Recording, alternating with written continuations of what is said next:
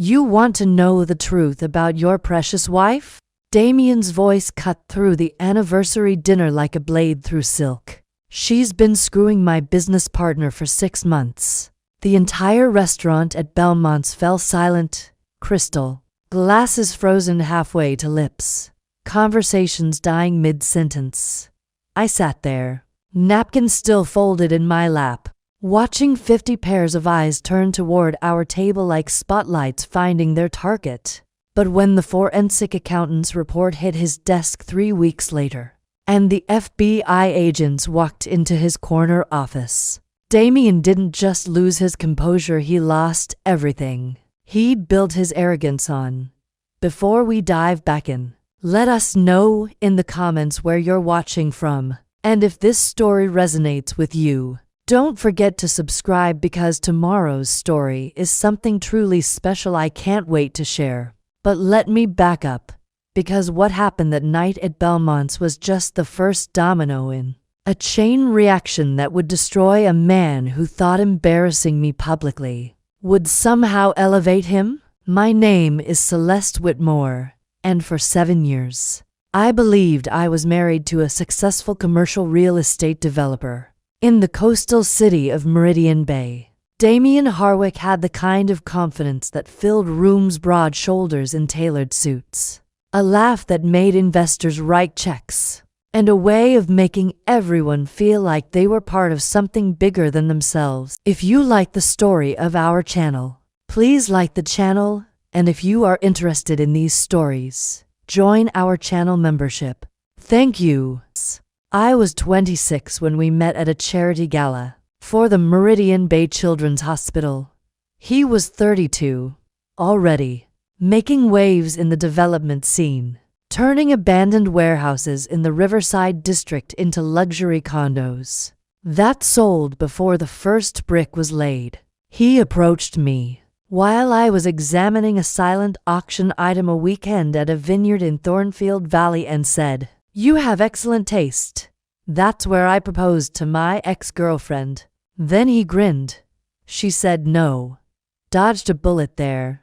I should have paid attention to how easily he dismissed someone who'd once mattered to him. Our wedding was everything I dreamed of as a little girl growing up in the suburbs of Pinehurst. The ceremony took place at the historic Grandview Manor, overlooking the bay where sailing boats slid the horizon like scattered confetti. My father, a high school principal who'd saved for years to give me that day, walked me down an aisle lined with white peonies. Damien's vows spoke of partnership, of building something beautiful together, of growing old on the wraparound porch of the Victorian house we'd just bought on Elm Ridge Avenue. For the first few years, it felt like we were living those vows. Damien's company, Harwick Development, was thriving. We hosted dinner parties where city councilors and bank presidents laughed over wine and debated the future of Meridian Bay's waterfront expansion. I worked as a project coordinator for the Regional Planning Commission, a job I loved because it meant I could help shape how our growing city developed while preserving its historic character. But somewhere around year 4, Damien started working. Later, the dinner parties became his alone while I was encouraged to get some rest or have a girls' night instead. He'd come home with stories about client dinners and investor meetings that ran until midnight, always with the same apologetic smile and a kiss on my forehead that felt more like a pet you'd give a loyal dog. I started noticing things. Receipts from restaurants I'd never been to. New cologne that smelled expensive and unfamiliar. The way he'd take phone calls in his study and close the door. Something he'd never done before. When I asked about these things, he had explanations that were always reasonable and delivered with just enough irritation to make me feel guilty for questioning him. "Celeste, I'm building something here," he'd say, running his hands through his hair the way he did when investors pushed back on his timelines. "This business requires relationships, trust. Sometimes that means dinners. Sometimes that means drinks. I can't be constantly explaining every receipt to you like I'm asking permission. So I stopped asking. I threw myself into my work instead, coordinating the development of Riverside Park, a project that would transform 30 acres of abandoned industrial land into green space for families. It was challenging work that required managing multiple contractors, environmental consultants, and community groups. I was good at finding solutions when everyone else saw problems, good at building consensus among people who'd rather fight than compromise. What I didn't know was that while I was working 14-hour days to create something beautiful for our community, Damien was systematically dismantling everything I thought we'd built together. Not just our marriage, but the very foundation of trust I'd assumed existed in every aspect of our shared life. The affair partner was Lillian Cross, an interior designer who specialized in high-end commercial spaces. She was 38, divorced, with striking silver-streaked hair and the kind of sharp wit that could cut through a room of overpaid developers like they were community college freshmen. I'd met her twice at industry events and actually liked her. She had opinions about sustainable design and wasn't afraid to tell male developers when their aesthetic choices were aggressively tacky. What I also didn't know was that while Damien was conducting his affair with theatrical flair weekend trips to Sapphire Lake, dinners at exclusive restaurants in the neighboring city of Ashford Heights, I was quietly building something that would prove far more valuable than his crumbling empire of borrowed money and inflated contracts. The night he decided to detonate our marriage in front of 50 strangers at Belmont's, Damien thought he was writing the final chapter of our story. He had no idea he was actually writing the first page of his own destruction. It took a lot of care and time to prepare and narrate this for you. So if you're enjoying it, a quick subscribe really helps and means the world to us. All right, let's get back to it. The morning after our anniversary dinner at Belmont's, I woke up in the guest bedroom of my sister Vivian's craftsman house in the Willowbrook neighborhood, still wearing the black dress I'd chosen so carefully for what I thought would be a celebration. The fabric was wrinkled, my makeup smeared across the pillowcase, but I was calmer than I'd been in months, maybe even years. Vivian had always been the practical one between us, while I was the dreamer who saw potential in empty lots and abandoned buildings. She was the one who read the fine print and asked the hard questions. She worked as a forensic accountant for Brennan and Associates, the kind of firm that got called in when companies needed to know where their money had really gone. Her house reflected her personality. Everything had its place, from the carefully labeled spice rack to the filing system for household receipts. "Coffee's ready," she called from the kitchen as I padded downstairs in borrowed pajamas. "And I made eggs. You need to eat something that isn't soaked in humiliation." Vivian had witnessed the entire scene at Belmont's. She'd been there for our anniversary dinner because Damien had insisted we make it a celebration and invite family. I realized now he wanted an audience for his grand revelation, more witnesses to watch me crumble publicly. Instead, he'd gotten my sister, who had spent the last 7 years watching my marriage with the same skeptical eye she brought to suspicious balance sheets. "You know what the strangest part was?" I said, accepting the mug of coffee she handed me. I wasn't surprised. Hurt, yes. Embarrassed, absolutely. But not surprised. Vivian sat across from me at her small dining table, the morning light streaming through windows that faced east toward downtown Meridian Bay. From here, you could see the tops of the buildings Damien's company had developed, glass and steel monuments to his success, or what everyone assumed was his success. How long have you suspected? She asked, consciously. Maybe 3 months. But looking back, I think part of me knew something was wrong for over a year. I traced the rim of my coffee mug, thinking about all the small inconsistencies I'd explained away. You know what's funny? I was actually relieved when I figured it out. It meant I wasn't going crazy. All those times he made me feel like I was being paranoid or needy, I was actually reading the situation correctly. This was the part that would have surprised anyone who knew us as a couple. In public, Damien and I looked perfect together. He was the successful developer with the infectious laugh and ambitious plans. I was the supportive wife who worked in urban planning, who could talk intelligently about zoning laws and environmental impact studies at dinner parties. We lived in a beautifully restored Victorian on Elm Ridge Avenue, the kind of neighborhood where people took evening walks and knew their neighbors' names. But what people didn't see was how our conversations had become transactional. Over the past 2 years, Damien would update me on his business dealings like I was a client getting a quarterly report. I would share my work challenges, and he would offer solutions like he was troubleshooting someone else's problems. We had stopped being partners and become roommates who happened to share a mortgage and a social calendar. The truth was, I had been lonely in my marriage long before I discovered the affair. The infidelity was just the final confirmation of what I'd been slowly accepting, that the man I'd married had evolved into someone I barely recognized. Someone who saw our relationship as another asset to manage rather than a connection to nurture. So what now? Vivian asked, refilling both our mugs from the French press. Have you thought about what you want to do?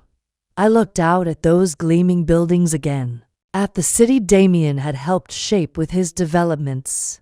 What most people didn't know, what Damien himself didn't fully understand, was how much of his recent success had been built on connections I'd facilitated through my work with the Planning Commission, the Riverside District project that had made his reputation. I'd been the one who identified the environmental concerns early and helped him navigate the complex approval process. The Grandview Tower that was supposed to be his crowning achievement. I'd been the one who suggested the design modifications that got it through the historical preservation review, but I'd never taken credit for any of it. In our marriage, Damien was the star and I was the supporting cast. It had seemed natural, even admirable, to lift up my husband's career. I told myself I was being a good partner, that his success was our success. Now, sitting in my sister's kitchen with my marriage in ruins, I was beginning to understand that my willingness to stay in the background hadn't just been generosity. It had been strategic in ways I hadn't fully appreciated. While Damien had been building his public profile, making enemies and cutting corners, I had been building something else entirely, a network of genuine professional relationships based on competence and integrity. I want to disappear, I told Vivian. Not forever, just long enough to figure out who I am when I'm not trying to be the perfect wife to a man who clearly doesn't respect me. What I didn't tell her was that I'd already started planning my exit weeks before the anniversary dinner. The signs of Damien's affair had been obvious enough, but what had really motivated me to start protecting myself was something I'd discovered accidentally while looking for our tax documents in his home office, hidden behind his business files. I'd found papers that suggested Damien's financial situation wasn't nearly as solid as he'd led me to believe. Loan documents with terms that seemed predatory, correspondence with investors that mentioned temporary cash flow challenges. Most troubling, contracts for projects that hadn't been publicly announced, projects that would require approvals from the Planning Commission where I worked. It looked like Damien had been counting on my influence to push through developments that might not meet the city's environmental and zoning standards. Developments that could generate huge profits in the short term, but might leave Meridian Bay with environmental problems and infrastructure burdens for decades. The affair was a betrayal of our marriage, but this was a betrayal of the community I'd spent my career trying to protect. As I sat in Vivian's kitchen that morning, I realized that leaving quietly wasn't just about preserving my dignity. It was about giving myself the space and time to understand exactly what Damien had been doing with his business and whether any of it was legal. I had no idea that the answers would destroy him completely. 3 days after the anniversary dinner, I moved into a furnished studio apartment in the Crescent Hill district, 20 minutes from our Victorian house, but worlds away from the life I'd been living. Damien hadn't tried to contact me. Not a text, not a voicemail, not even an email, asking about practical matters like the mortgage or the car insurance. The silence was so complete it felt deliberate, as if he was waiting for me to come crawling back, apologizing for my overreaction to his public humiliation. The pattern of his dismissiveness wasn't new, I was just finally seeing it clearly. Looking back, I could trace the erosion of respect through a dozen small moments that had felt insignificant at the time but now formed a clear picture of how Damien truly saw me. There was the city planning conference in Ashford Heights 2 years ago, where I'd been invited to present our Riverside Park project to regional developers. I'd spent weeks preparing, creating detailed environmental impact projections and community benefit analyses. The presentation went beautifully. I fielded complex questions about soil remediation and green infrastructure with confidence, and several developers approached me afterward about consulting opportunities. Damien had been in the audience, ostensibly there to support me. But during the networking reception afterward, I found him holding court near the bar, regaling a group of investors with stories about my wife's little hobby projects. When someone asked about the innovative stormwater management system I'd designed for the park, Damien laughed and said, "Celeste gets very passionate about puddles and drainage ditches. It's cute how seriously she takes it all." The conversation had moved on before I could respond, but the investor who'd originally asked the question caught my eye across the circle and gave me a sympathetic look that made my cheeks burn. Later, in the car, when I told Damien how his comment had undermined my professional credibility, he'd been genuinely puzzled. "I was bragging about you," he'd said. "I told them how smart you are. How you care about all those environmental details that bore most people to tears. What's the problem?" The problem was that he'd reduced years of specialized education and professional expertise to passion about puddles. But when I tried to explain that, he'd gotten that patient, slightly condescending expression he wore when he thought I was being overly sensitive. Then there was the incident with the Grandview Tower project 6 months later. The development had hit a snag with the Historical Preservation Committee. The original design would have blocked sight lines to the historic lighthouse. That was Meridian Bay's most recognizable landmark. The committee was threatening to kill the project entirely, which would have cost Damien millions in committed funding. I'd spent my own weekend time researching alternative approaches, consulting with preservation experts I knew from my graduate work in urban planning. I'd developed a modified design that would actually enhance the lighthouse's visibility, while adding architectural elements that complemented the historical district's character. The solution was elegant, cost-effective, and would probably increase the building's long-term value. When I presented the idea to Damien over dinner at home, he'd been enthusiastic. "This is brilliant, Celeste. This could actually make the project better than the original plan." He'd kissed me, told me I was amazing, made me feel like we were truly partners again. 2 weeks later, I read in the Meridian Bay Tribune that Damien had personally developed an innovative design solution that satisfied the Preservation Committee's concerns. The article quoted him extensively about his commitment to honoring our city's heritage while building for the future.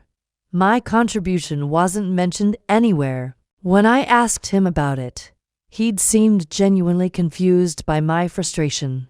"I gave you credit in the meeting with the committee," he'd said. "I told them my wife had helped me think through some of the historical elements. But for the press, it's better if the solution comes from the developer. It's more credible that way. You understand, right?" I'd understood that my husband was comfortable taking credit for my work when it benefited him, and equally comfortable making me invisible when visibility might inconvenience his narrative. The pattern extended beyond professional matters into the fabric of our daily life. Damien had opinions about everything: which restaurants we went to, which friends we socialized with, how we spent our weekends. His preferences weren't presented as preferences. They were presented as obviously correct choices that any reasonable person would make. When I suggested trying the new Ethiopian restaurant downtown, he'd wrinkle his nose and say, "Come on, Celeste. You know that's not really our kind of place." When I wanted to spend Saturday morning at the farmer's market instead of sleeping in, he'd sigh and say, "I love how you find ways to complicate the simplest things." When I mentioned wanting to take a ceramics class, he laughed and said, "What's next, macrame? You're already busy enough with work." None of these interactions felt overtly cruel in the moment.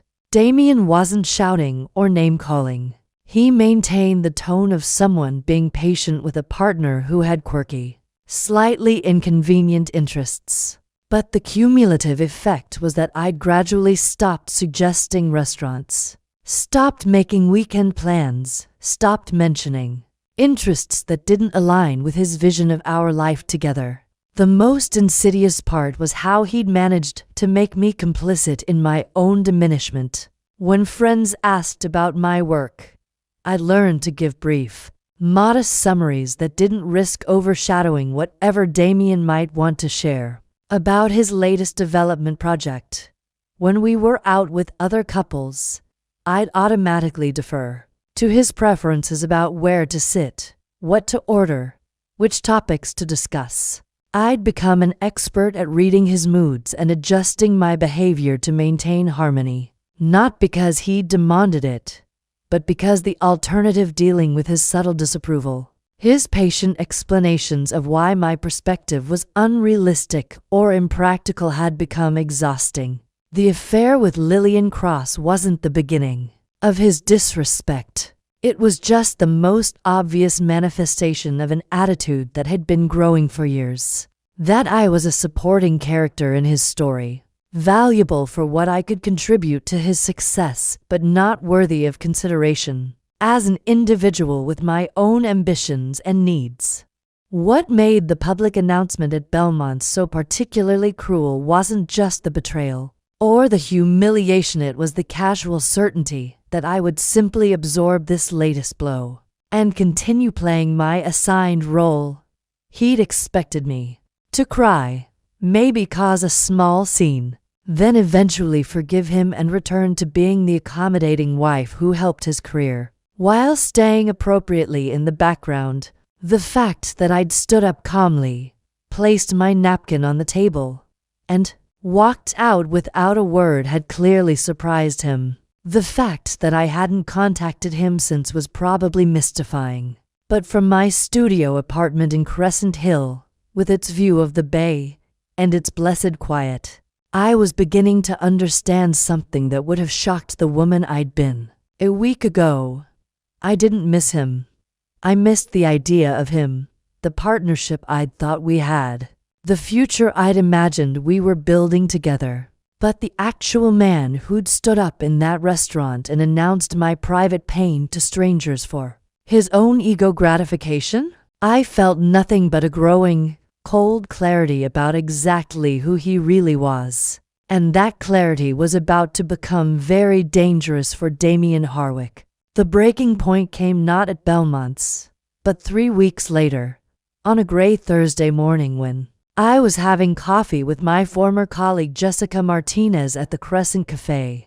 Jessica worked in the mayor's office and had always been one of my strongest professional allies. We'd collaborated on several sustainable development initiatives, and she'd been the one to recommend me for the Riverside Park project. That had become my signature achievement. I was telling her about my decision to take a temporary leave of absence from the planning commission. I'd cited personal reasons, which was true enough when her expression shifted from sympathetic to alarmed. She was looking over my shoulder toward the cafe's entrance, and when I turned around, I saw Damien walking in with Lillian Cross. They weren't trying to hide. Quite the opposite. Damien had his hand on the small of Lillian's back as he guided her to a table near the window, the same proprietary gesture he'd once used with me. Lillian was laughing at something he'd said, her silver hair catching the morning light, her whole demeanor radiating the confidence of a woman who'd won a prize she'd been competing for. But what made my stomach clench wasn't seeing them together. I'd already accepted that reality. It was watching Damien scan the cafe with obvious satisfaction, clearly hoping to be seen. When his eyes found mine, he didn't look embarrassed or ashamed. He looked triumphant. He said something to Lillian, who glanced over at our table with undisguised curiosity, then turned back to him with a smile that looked like pity mixed with amusement. I realized they'd been talking about me. I was part of their entertainment, the discarded wife who was probably sitting here crying into her coffee, while they celebrated their sophisticated adult relationship. "Celeste," Jessica murmured, "we can leave. We don't have to." "No," I said, my voice steadier than I felt. "I'm not running away from anything." But as I watched them settle into their table, ordering coffee and pastries like they were celebrating something, I felt a rage so pure it surprised me with its intensity. Not just at the affair, not just at the public humiliation, but at the calculated cruelty of this moment. Damien had to know I came to this cafe regularly. It was 3 blocks from my temporary apartment, and I'd mentioned it in passing during our marriage.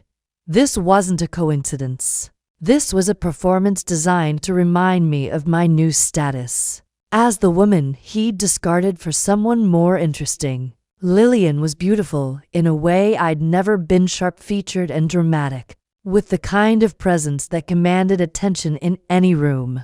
She wore her confidence like expensive jewelry, and I could see why Damien would be attracted to her. She was everything I'd been trained not to be: loud, opinionated, unapologetic about taking up space. As I watched them together, I felt something crack open inside me. Not my heart that had been breaking slowly for months. What cracked was the careful politeness I'd wrapped around my anger, the reasonable understanding I'd forced myself to maintain. Even after he'd humiliated me publicly. For 7 years, I'd made excuses for him. When he dismissed my work, I told myself he was under stress. When he ignored my opinions, I convinced myself he valued different perspectives. When he made decisions about our life without consulting me, I called it trust in his judgment. Even after the anniversary dinner, part of me had been trying to understand his motivations, to find a way to forgive him for the sake of the marriage I'd invested so much in building. But sitting in that cafe, watching him parade his relationship with Lillian like a victory lap, I finally understood that my attempts at grace and understanding had been completely wasted on a man who saw kindness as weakness and forgiveness as permission to escalate his cruelty. My phone buzzed with a text message. I glanced down, expecting something from Vivian or maybe a work notification I'd forgotten to turn off. Instead, it was from Damien. Awkward running into you here. Hope you're doing well. We should talk soon about practical matters, house, finances, etc. I'm sure we can work everything out amicably. The casual tone made my hands shake. Practical matters. Amicably. As if he hadn't just paraded his affair partner past my table. Like a trophy. As if the dissolution of our marriage was just another business transaction to be handled. Efficiently, Jessica read the message over my shoulder and made a sound of disgust. He's unbelievable. Does he think you're going to just quietly handle the divorce paperwork while he flaunts his new relationship? But what she didn't see, what Damien couldn't have known, was that his text had arrived at the exact moment I was opening an email from my lawyer, Patricia Fleming. Patricia was Vivian's recommendation, a divorce attorney who specialized in complex financial cases. I'd contacted her the week after the anniversary dinner. Not because I was ready to file for divorce, but because I wanted to understand my options. The email contained preliminary findings from the asset investigation I'd requested. Patricia had warned me that in cases involving business owners, it was important to get a clear picture of the marital estate before beginning any negotiations. What she'd discovered made my coffee cup rattle against its saucer when I set it down. According to the forensic accountant Patricia had hired, Harwick Development was in serious financial trouble. The company was leveraged beyond any reasonable standard, with loans secured against properties that were worth significantly less than their stated values. Worse, there were patterns in the financial records that suggested possible fraud, invoices for work that had never been completed, payments to subcontractors who might not exist, environmental impact studies that had been falsified. But the most damning discovery was a series of transactions that showed Damien had been systematically moving money out of the business and into personal accounts, including a significant transfer that had happened just 2 weeks ago right after our anniversary dinner. It looked like he'd been preparing for a divorce by hiding assets, probably assuming I was too naive or too devastated to properly investigate our finances. He'd underestimated me completely. The email continued with Patricia's recommendation that we accelerate our investigation before Damien had time to move more assets or destroy additional records. She'd already filed a motion to freeze certain accounts, and she wanted to schedule a meeting to discuss our next steps. As I read the email, I became aware that my breathing had changed. The rage was still there, but it was no longer chaotic. It had crystallized into something much more dangerous, a calm, focused determination to ensure that Damien faced consequences for every lie he'd told and every dollar he'd stolen. I looked up to find Jessica watching me with concern. Celeste, you've gone completely white.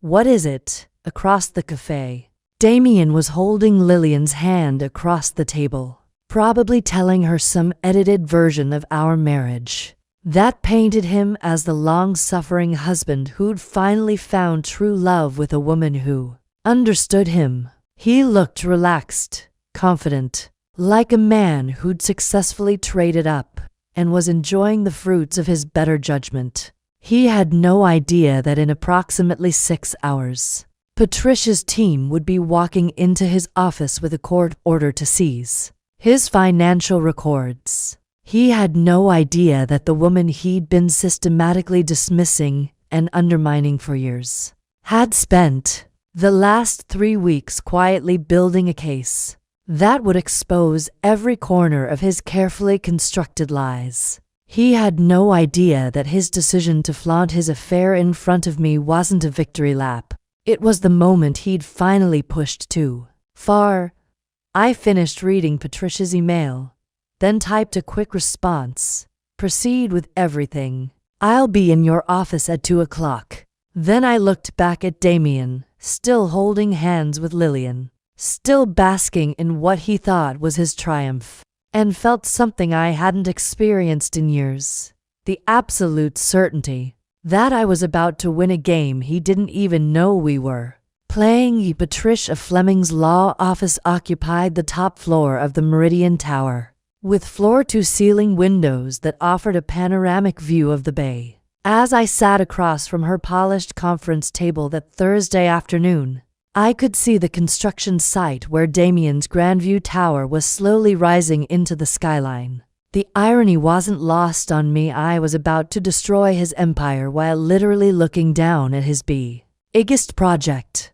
Before we go through these documents, Patricia said, adjusting her reading glasses, I need you to understand that what we've discovered goes far beyond typical marital asset concealment. We're looking at potential federal crimes here. Once we proceed with this information, there's no going back to a quiet divorce settlement. I thought about Damien's smug expression at the cafe that morning, the way he'd squeezed Lillian's hand while watching to see if I was crying into my coffee. I understand. Show me everything. The first revelation was something I'd suspected but never been able to prove. The forensic accountant had traced a pattern of inflated invoices and phantom subcontractors going back 3 years. Damien had been systematically overbilling clients for construction work, then pocketing the difference through shell companies. The amounts were staggering over to $1 million. That should have gone to legitimate contractors had instead been funneled into accounts controlled by Damien. But here's where it gets interesting for your case specifically, Patricia said, sliding another folder across the table. Your husband has been using your professional credentials and connections to facilitate some of these schemes. The documents showed that several of Damien's recent projects had received expedited approvals from the Planning Commission, approvals that normally took months of review. The environmental impact assessments had been rubber-stamped by inspectors who cited consultations with Planning Commission experts as justification for their quick approvals. He's been dropping your name, Patricia explained, telling city officials that his projects have your unofficial endorsement, that you've reviewed the environmental aspects and found them sound. These inspectors trust your reputation, so they've been cutting corners on their own reviews. My stomach dropped as I realized the implications. Damien hadn't just been stealing money, he'd been using my professional reputation to circumvent the very regulations I'd spent my career trying to strengthen. Projects that should have undergone rigorous environmental review had been fast-tracked because inspectors assumed I'd already vetted them. There's more, Patricia continued, opening a third folder. The Riverside District development that made your husband's reputation? The one where he supposedly solved complex environmental challenges and turned a profit while creating affordable housing. I nodded.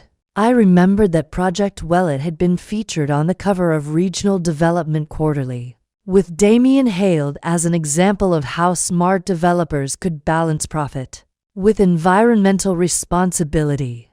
The environmental remediation was never completed. According to these soil reports, there are still contaminated areas that were simply covered with clean fill and landscaping.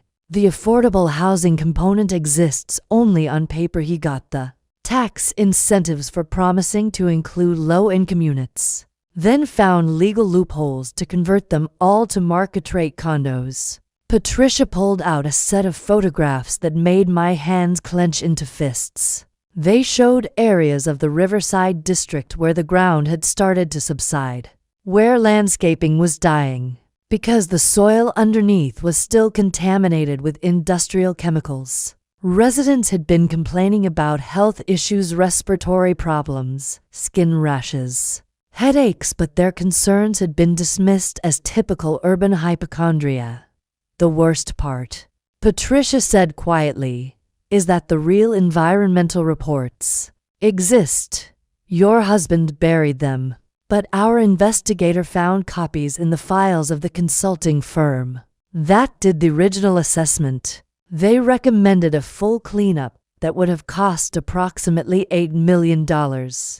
Instead, your husband spent $800,000 on cosmetic fixes and pocketed the difference. I stared at the photographs, thinking about the families living in those buildings, the children playing in that contaminated soil. This wasn't just financial fraud, it was a public health disaster waiting to happen. And Damien had knowingly created it for profit. But Patricia wasn't finished. The fourth folder contained the discovery that would ultimately destroy everything Damien had built, including his freedom. Your husband's current flagship project, the Grandview Tower, is being financed through a complex network of investors, including several overseas entities. Our investigation suggests that at least 40% of the funding is coming from sources that appear to be money laundering operations. The documents showed wire transfers from companies in countries known for their bank secrecy laws, transfers that were structured to avoid federal reporting requirements. The money was being filtered through multiple shell companies before reaching Harwick Development, a pattern that suggested deliberate attempts to obscure the original sources of the funds.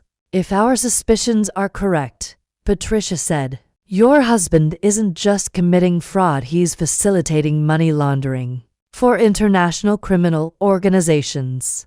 The FBI's Financial Crimes Task Force is going to be very interested in these patterns. As I absorbed this information, another piece of the puzzle clicked into place. I thought about Damien's sudden wealth over the past 2 years. The expensive watches and luxury car upgrades that had seemed excessive, even for a successful developer. I thought about his new social circle, the investors from out of town who spoke with vague accents and paid for everything in cash.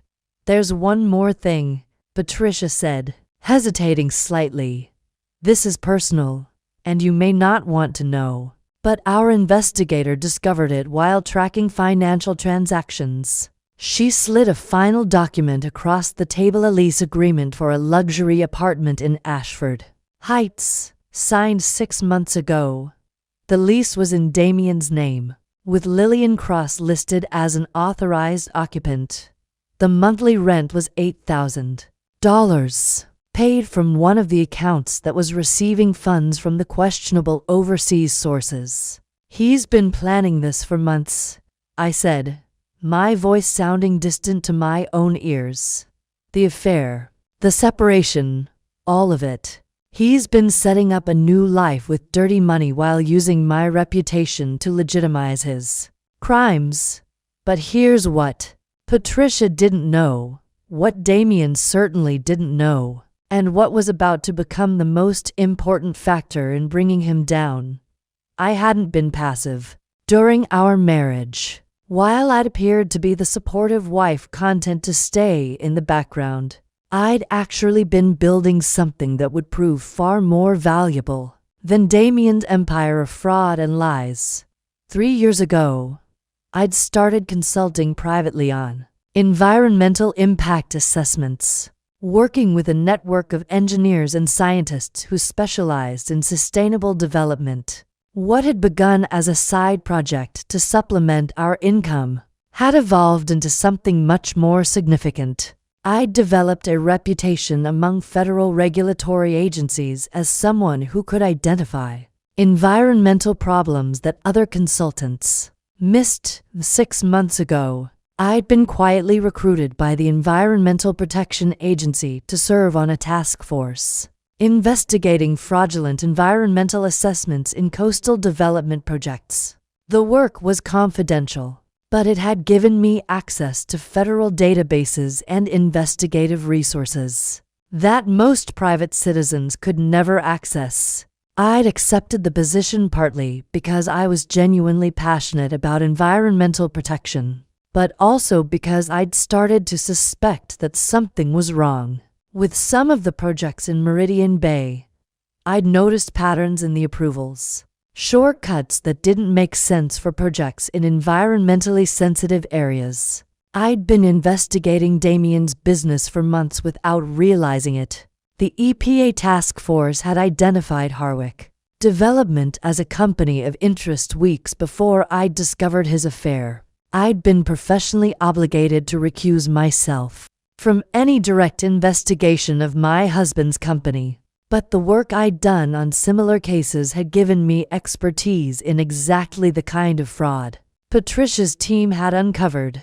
Patricia, I said, interrupting her explanation of our legal options, I need to make a phone call. There are federal agencies that need to know about this immediately, and I have contacts who can expedite the investigation.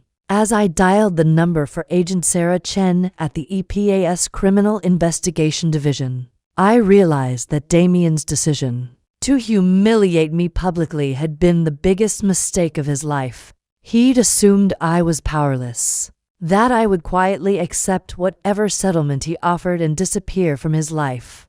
Instead, he'd freed me to use knowledge and connections I'd been ethically obligated to keep separate from our marriage. He'd given me both the motivation and the legal standing to make sure he faced the full consequences of his crimes. The phone rang twice before Agent Chen answered. Sarah, it's Celeste Whitmore. I have information about the Harwick development case that's going to interest you. How quickly can you get a team to Meridian Bay? Agent Sarah Chen arrived in Meridian Bay on Friday morning with a team of 3 federal investigators and a warrant that would make Damien's week very unpleasant. But before they executed their search, I had 48 hours to position myself strategically for what was about to unfold. The first call I made was to Dr. Marcus Reed, the soil contamination specialist I'd worked with on the EPA task force. Marcus had been investigating suspicious environmental reports across 3 states, and I knew he'd been frustrated by the lack of concrete evidence linking fraudulent assessments to specific health outcomes. Celeste, I was hoping you'd call, he said when I reached him Friday evening. The Riverside District has been on our radar for months, but we haven't been able to get access to the original site data. If what you're telling me is accurate, this could be the case that finally gets federal prosecutors to take environmental fraud seriously. I met Marcus at the Riverside District Saturday morning at dawn, when the joggers and dog walkers were just beginning their routines through what they believed was a safely remediated neighborhood. We spent 3 hours taking soil samples from areas where Patricia's investigation suggested contamination had been covered rather than cleaned. The readings on Marcus's portable testing equipment made his face grow grimmer with each measurement. Lead levels 50 times above safe limits. Chemical residues that had been banned for industrial use since the 1980s. Groundwater contamination that was slowly spreading toward the elementary school 2 blocks away. This is criminal, Marcus said, carefully labeling our final sample. These levels of contamination should have triggered a Superfund cleanup. Instead, someone just threw some clean dirt on top and planted flowers.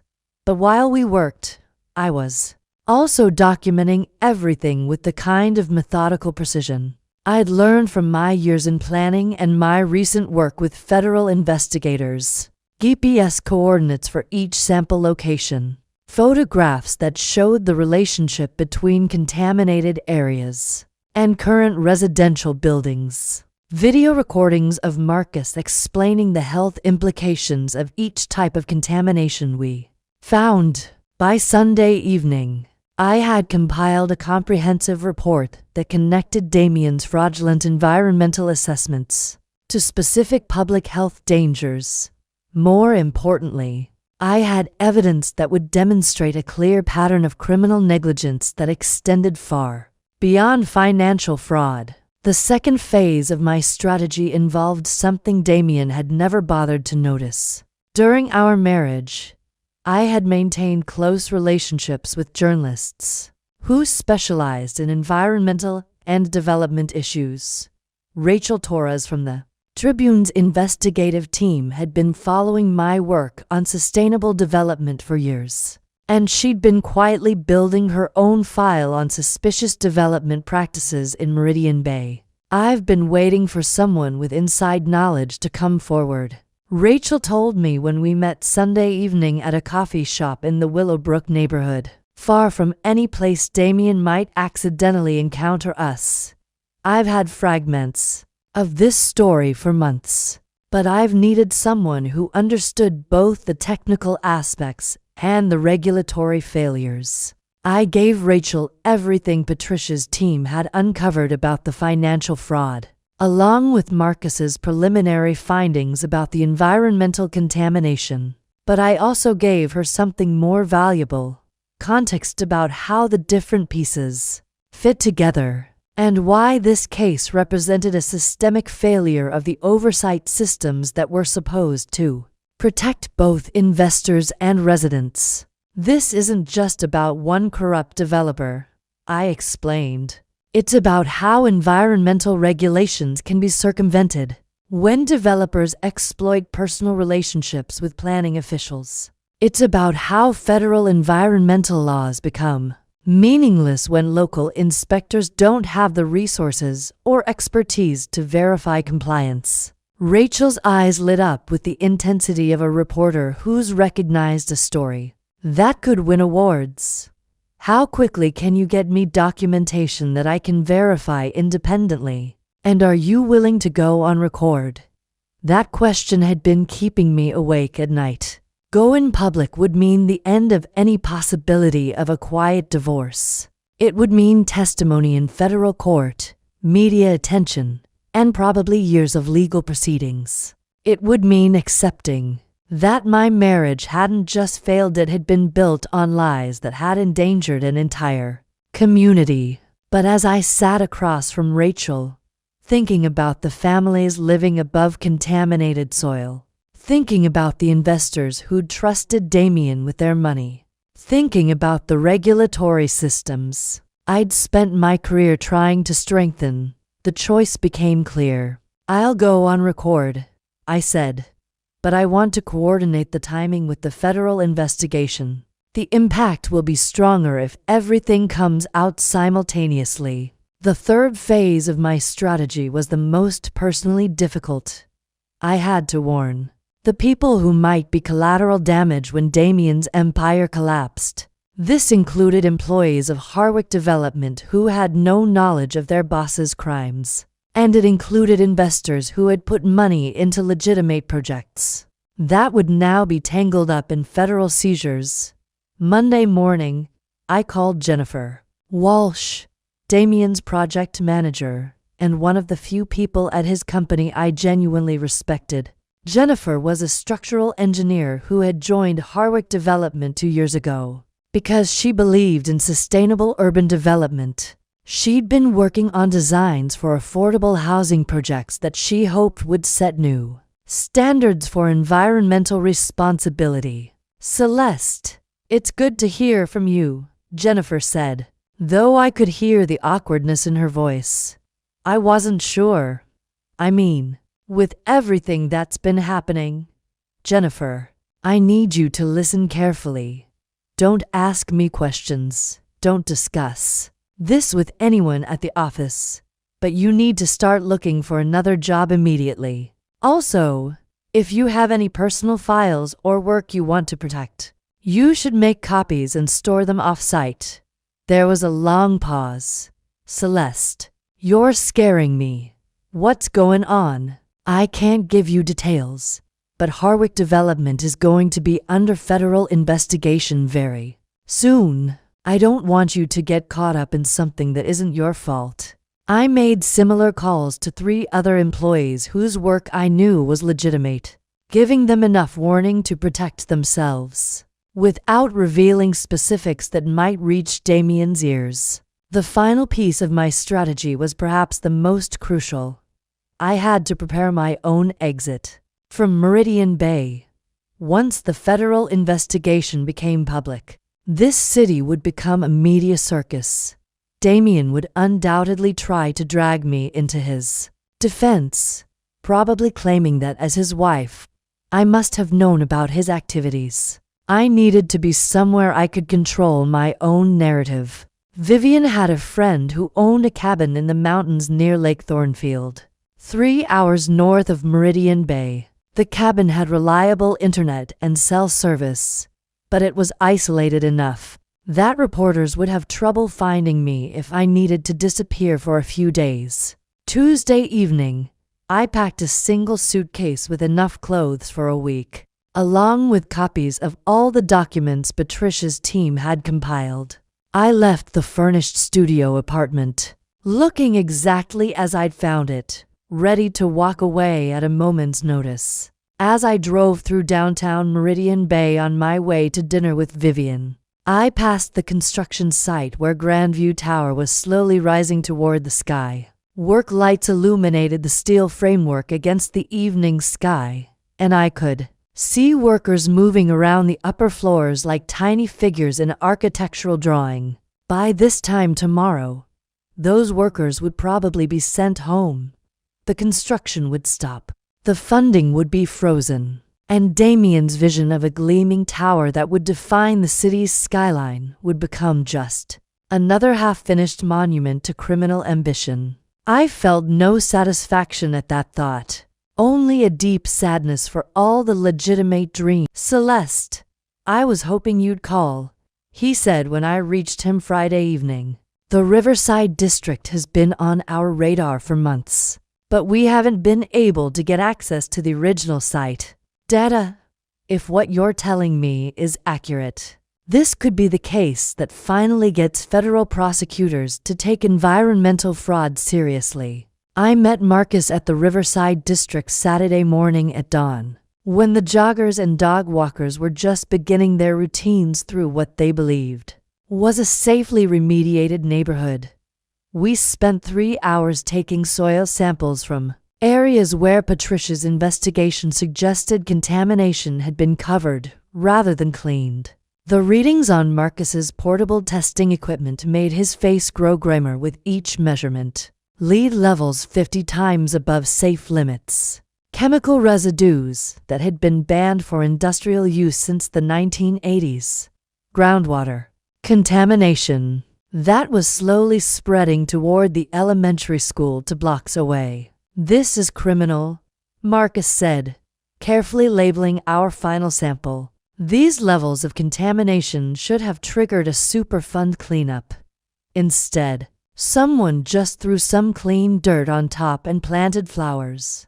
But while we worked, I was also documenting everything with the kind of methodical precision I'd learned from my years in planning and my recent work with federal investigators. GPS coordinates for each sample location, photographs that showed the relationship between contaminated areas and current residential buildings, video recordings of Marcus explaining the health implications of each type of contamination we found.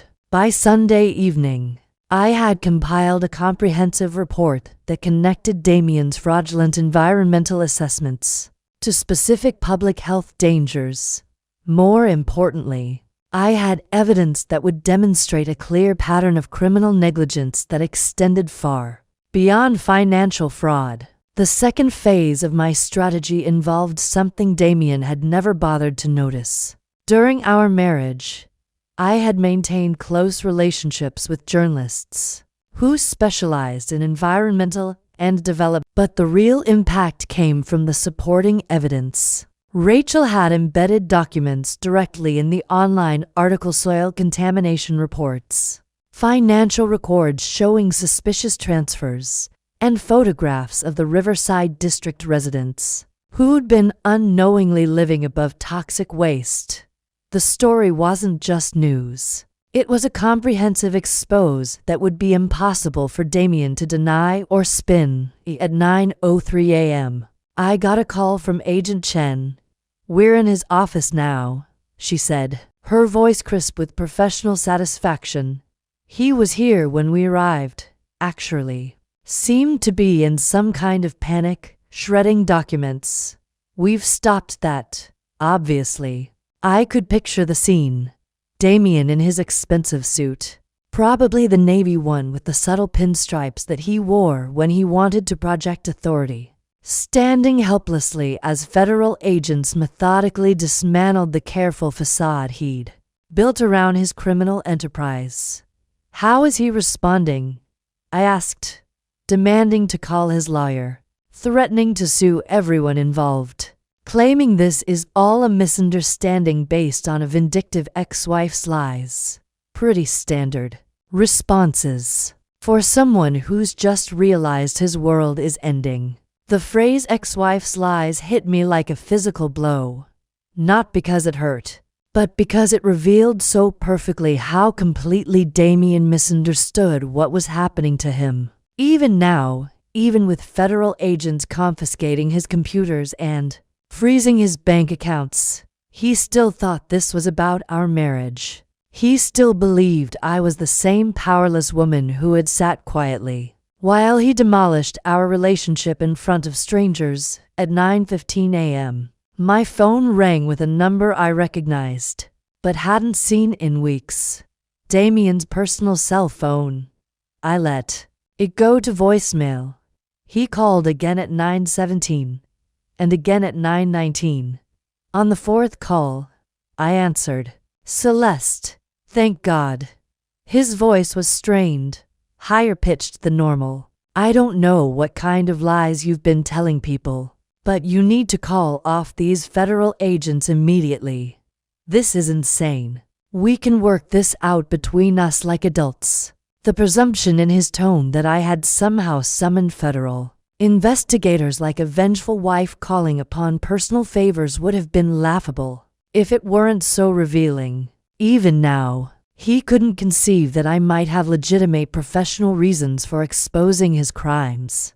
Damien, I said, my voice calmer than I felt, I haven't told any lies. I've simply provided documented evidence of criminal activity to the appropriate authorities. Criminal activity.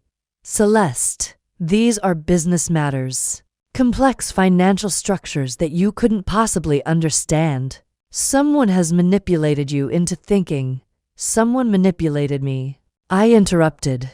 Damien, I have a master's degree in urban planning with a specialization in environmental law. I've been working with federal environmental investigators for months. I understand exactly what you've been doing, and so do the agents who are currently seizing your records.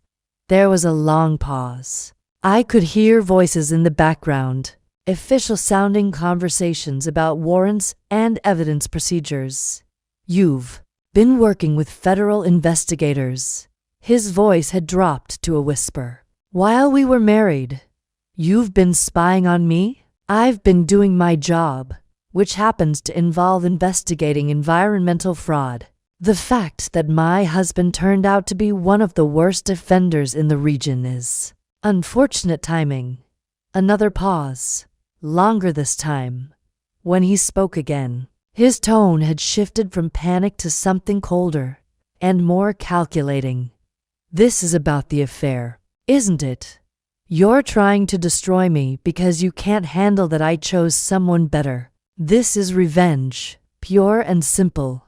And there it was, the fundamental narcissism that had defined our marriage and would ultimately define his downfall. Even with his empire crashing around him, even with evidence of his crimes being catalogued by federal agents, Damien still believed this was about his romantic choices rather than his criminal ones. Damien, I said, feeling suddenly exhausted by 7 years of trying to communicate with someone who was constitutionally incapable of seeing beyond his own ego. This has nothing to do with Lillian. This is about the families in Riverside District who are getting sick from the contaminated soil you covered up. This is about the investors whose money you've stolen. This is about the environmental regulations you've violated and the public health you've endangered. Those are business decisions, he shouted. loud enough that I had to hold the phone away from my ear. You don't understand the pressures of running a development company. Sometimes you have to make compromises. Poisoning children isn't a compromise, I said quietly. It's a crime. At 9:34 a.m., while we were still on the phone, I heard a commotion in the background of his call. New voices, more official sounding than the federal agents who'd been searching his office. Sir, you need to hang up the phone. We need to speak. With you. Who is that? I asked. I don't know. More agents, I think. They're saying something about. His voice cut off abruptly. I stayed on the line for another 30 seconds, listening to muffled voices and what sounded like someone reading from a prepared statement. Before the call disconnected entirely, my phone immediately rang again. But this time it was Agent Chen calling back. They've arrested him, she said without preamble. Money laundering charges, plus conspiracy and fraud. The U.S. Attorney's Office moved faster than we expected, apparently. Some of those overseas investors your husband was working with are on federal watch lists. I sat in my car overlooking the peaceful lake, trying to process the information. 3 hours ago, Damien had been a successful businessman planning his future with his new girlfriend. Now he was in federal custody, facing charges that could put him in prison for decades. What happens next? I asked. There'll be arraignment hearings, probably bail considerations. Though given the international money laundering connections, the prosecutors might argue he's a flight risk. For you, there'll be testimony requirements and probably media attention. Are you prepared for that? I looked out at the lake, its surface perfectly still in the morning calm. In a few hours, my phone would be ringing constantly with reporters, wanting quotes and interviews. Damien's arrest would be the lead story on every local news station. Our private catastrophe would become public entertainment. But for right now, in this moment of perfect quiet before the storm truly hit, I felt something I hadn't experienced in years. The deep satisfaction of knowing that I had fought for something important and won. I'm prepared, I told Agent Chen. I'm ready for whatever comes next. As I hung up the phone, I realized that for the first time in my adult life, that statement was completely true. The media circus began within hours of Damien's arrest. By Thursday afternoon, news vans from 3 states had descended on Meridian Bay, and reporters were camped outside every location connected to the story. Our Victorian house on Elm Ridge Avenue, the Harwick development offices, even the Riverside district where residents were suddenly discovering their neighborhood, was the center of a federal environmental crime investigation. From my mountain cabin, I watched the coverage unfold with a mixture of fascination and horror. The story had grown beyond anything I'd anticipated. Rachel Torres' initial article had triggered an avalanche of follow-up reporting that revealed connections I hadn't even known existed. Apparently, Damien's money laundering operation was part of a much larger network that federal investigators had been tracking for months. The first domino to fall after Damien's arrest was Lillian Cross. By Friday morning, her interior design firm had lost 3 major contracts, and 2 of her business partners had publicly distanced themselves from her involvement with Damien. The scandal wasn't her fault. She'd had no knowledge of his criminal activities. But the association was toxic enough to destroy years of professional reputation building. I felt a complicated mix of sympathy and satisfaction watching Lillian's professional world collapse. She'd thought she was winning a prize when she stole my husband. Instead, she'd tied herself to a man whose criminal empire was about to drag down everyone connected to him. The local news coverage of her situation was particularly brutal. Channel 7's evening report included an interview with one of her former clients, a restaurant owner who'd hired her to design an upscale bistro in the downtown district. When I saw her picture in the paper, standing next to this criminal, I just couldn't stomach the idea of having my restaurant associated with that, the owner said. I know she probably didn't know what he was doing, but it's guilt by association. My customers wouldn't understand. But Lillian's professional troubles were nothing compared to what was happening to the investors, who trusted Damien with their money. The federal asset seizure had frozen millions of dollars in accounts, leaving a dozen legitimate businesses unable to access funds they'd invested in what they thought were clean development projects. Patricia Fleming called me Friday evening with an update that made my stomach clench. The federal prosecutors are estimating total damages at over $50 million. That includes investor losses, environmental cleanup costs, and health damages for the families affected by the contamination.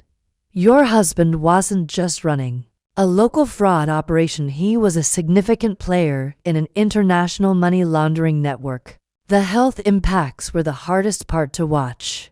By Saturday, families in the Riverside district were learning that their children's chronic respiratory problems and skin rashes weren't just bad luck, they were symptoms of exposure to industrial toxins that should have been cleaned up years ago. The evening news showed parents holding soil contamination reports, their faces cycling through confusion, anger, and fear as they realized what they'd been living above. Maria Santos, a nurse who lived in one of the converted warehouse buildings with her two young daughters, became the face of the victims in media coverage. My 8-year-old has been using an inhaler for 2 years, she told reporters, standing in front of her building with the Meridian Bay skyline behind her. The doctors kept saying it was asthma, maybe allergies.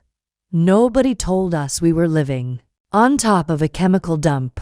The Grandview Tower construction site became a symbol of Damien's fallen empire. By Monday, the half-finished building stood empty, work lights dark, construction equipment idle. The funding had been completely frozen while federal investigators tried to determine which money was legitimate investment and which had come from criminal sources. Driving past the site on my way back to the city Tuesday morning, I saw a security guard posted at the entrance and yellow tape fluttering around the perimeter. Like abandoned party decorations, the building would probably never be completed. Even if some of the funding turned out to be clean, no bank would finance completion of a project so thoroughly associated with criminal activity. The ripple effects extended far beyond Damien's immediate business. 3 city planning officials were placed on administrative leave while investigators examined their approval processes for Harwick development projects. The environmental consulting firm that had signed off on the fraudulent Riverside District remediation lost its federal certification and was facing its own criminal investigation. Jennifer Walsh, the project manager I'd warned, called me Tuesday afternoon to thank me and update me on the chaos at Harwick Development. The offices are completely shut down, she said. Federal agents have everything sealed off while they go through files. All the employees got 2 weeks severance pay and a pink slip. Most of us are just grateful we're not being investigated ourselves. But the most devastating consequence was what happened to Damien himself. His bail hearing had been a disaster. The federal prosecutors argued successfully that with his connections to international money laundering operations, he was a significant flight risk. Despite his lawyer's arguments about community ties and family connections, the judge had denied bail entirely. Damien was sitting in federal detention, facing charges that carried potential sentences of 25 years to life. His assets were frozen, his business was destroyed, and his reputation was so thoroughly demolished that former friends and colleagues were actively avoiding any association with his name. I learned the details of his situation from an unexpected source. His mother, Eleanor Harwick, who called me Wednesday evening from her home in the exclusive Sea Haven Estates neighborhood. Celeste, dear, I know things between you and Damien ended badly, but I'm hoping you might have some influence with these federal people. Eleanor's voice was strained, older sounding than I remembered. They're saying he might never get out of prison. Surely there's been some mistake, some misunderstanding. The conversation was surreal. Eleanor was appealing to me, the wife her son had publicly humiliated and abandoned to somehow use connections she imagined. I had to reduce his punishment for crimes she still couldn't quite believe he'd committed. Eleanor, I said gently, I don't have any influence over federal prosecutors. And even if I did, the evidence against Damien is overwhelming. This isn't a misunderstanding, but you were married to him for 7 years. You know he's not a bad person. Surely you could testify to his character, explain to them that he just made some poor business decisions. The tragic irony was that Eleanor was probably right, that Damien wasn't fundamentally evil. He was narcissistic, careless, and willing to prioritize his own comfort over other people's safety. But he probably hadn't set out to poison children or facilitate international money laundering. He'd just made a series of increasingly corrupt choices because each one had seemed easier than dealing with the consequences of the previous decision. But intentions didn't matter when children were sick and families had lost their life savings. I'm sorry, Eleanor, I said. I can't help him. And honestly, I don't think I should. The final piece of fallout came Thursday morning, when I received a call from Dr. Marcus Reed with an update that made everything else seem almost insignificant. Celeste, the contamination is worse than we thought. Our expanded testing shows that the toxic materials have leached into the groundwater system. We're looking at potential health impacts for residents in a 6-block radius, including the elementary school. The EPA is declaring it a federal environmental disaster site. That meant mandatory evacuations, years of environmental cleanup, and health monitoring for hundreds of families whose only crime had been trusting that the city's development approval process would protect them from exactly this kind of catastrophe. As I hung up the phone, I realized that the true scope of what Damien had done was still being discovered. The financial fraud and the money laundering were just the beginning. The environmental damage he'd caused would affect people's lives for decades, and the cleanup would cost taxpayers millions of dollars. The man who had stood up in Belmont's restaurant 4 weeks ago and humiliated me in front of strangers had turned out to be someone far worse than an unfaithful husband. He was a criminal whose greed had endangered an entire community. And finally, everyone could see exactly who he really was. 6 months later, I stood in the conference room of the new Meridian Bay Environmental Justice Center, looking out at a view that had been transformed by tragedy and redemption. Where the abandoned Grandview Tower construction site had once stood as a monument to criminal ambition, there was now a thriving community garden maintained by Riverside District families who had been relocated during the environmental cleanup. The federal court proceedings had concluded the week before. Damien received 18 years in federal prison, a sentence that reflected both the severity of his environmental crimes and his cooperation with investigators tracking the international money laundering network. His cooperation had been motivated entirely by self-preservation, but it had helped federal authorities shut down criminal operations in 3 countries. I had testified in court twice, once as a witness to the environmental fraud and once during the victim impact statements. Sitting in that federal courtroom, speaking directly to the judge about the health consequences of Damien's actions, I had felt a kind of closure I hadn't expected, not because he was being punished, but because the truth had been told completely and publicly. Lillian Cross had attended one day of the trial, sitting in the back row wearing dark glasses and an expression of bewildered humiliation. She'd lost her business, her professional reputation, and her vision of a glamorous future with a successful developer. During a break in testimony, she'd approached me in the courthouse hallway. "I need you to know I had no idea," she'd said, her voice barely above a whisper. "I thought he was just successful. I thought I was lucky to have found someone who seemed to have everything figured out."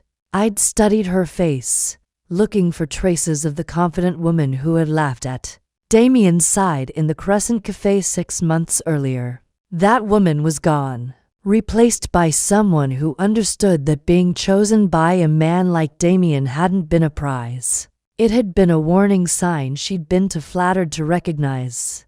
"I believe you," I'd told her, and meant it. He was very good at making people believe what he wanted them to believe. The environmental cleanup had taken for months and cost the federal government $12 million. The EPA had used the site as a training ground for new contamination remediation techniques, turning our local disaster into a case study that would help protect communities across the country. The families affected by the contamination were receiving ongoing health monitoring and compensation through a victim fund established with seized assets from Damien's criminal enterprise. Maria Santos, the nurse whose daughter's respiratory problems had become a symbol of the health crisis, had been hired as a community liaison for the cleanup project. When I'd spoken with her the previous week, she'd told me that her daughter's health had improved dramatically since they'd been relocated to clean housing. "It's strange," Maria had said.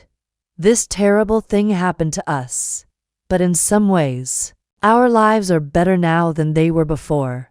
We have safer housing, better health care access, and I have a job that feels meaningful. It's like something good grew out of something awful." The Environmental Justice Center, where I now worked, had been created with federal funding. That came directly from the Harwick development case.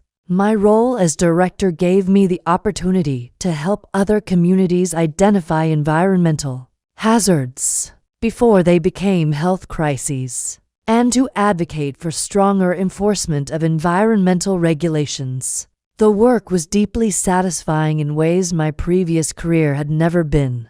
Instead of staying quietly in the background while others took credit for my contributions, I was building something with my own name on it. Something that would protect families like the Santos family from developers like my ex-husband, Patricia. Fleming had handled my divorce proceedings with efficient professionalism. That made the end of my marriage feel more like closing a business partnership than ending a relationship. The financial settlement had been complicated by the federal asset seizures, but ultimately I'd walked away with enough money to buy a small house in the Willowbrook neighborhood and fund the startup costs for the Environmental Justice Center. More importantly, I'd walked away with a clear understanding of my own strength and professional value. The woman who had sat silently in that restaurant 6 months ago, while her husband announced his affair to strangers, felt like a different person entirely, someone I remembered, but no longer identified with. My sister Vivian had been my closest supporter throughout the media coverage and legal proceedings, but she'd also been my most honest critic when it came to understanding my own role in the marriage's dysfunction. "You weren't responsible for his crimes," she'd told me during one of our weekly dinners, "but you were responsible for making yourself invisible. You spent 7 years teaching him that your opinions didn't matter and your contributions didn't need to be acknowledged. That didn't make him a criminal, but it probably made it easier for him to dismiss moral considerations in other areas of his life." It was a harsh observation, but not an unfair one. I had spent years prioritizing harmony over honesty, avoiding conflict even when conflict might have forced important conversations about values and boundaries. I'd been so invested in being the perfect supportive wife that I'd forgotten to be a person with independent judgment and non-negotiable principles. The new house I'd bought was everything the Victorian on Elm Ridge Avenue hadn't been: small, practical, and entirely mine. The rooms were filled with furniture I'd chosen based on my own preferences, rather than what would photograph well for dinner parties. The bookshelves contained environmental policy journals and mystery novels instead of coffee table books selected for their visual impact. Most evenings, I sat on the small front porch with a cup of tea, watching neighbors walk their dogs and children ride bicycles on the quiet street. The routine was peaceful in a way my old life had never been, even during its happiest moments. But the most profound change was in how I approached relationships.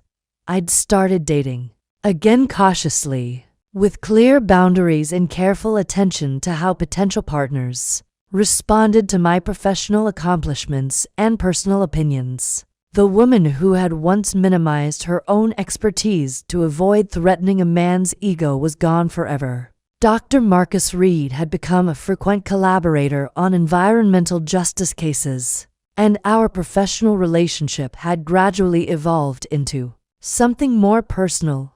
He was brilliant, passionate about environmental protection, and completely comfortable with my expertise and leadership role.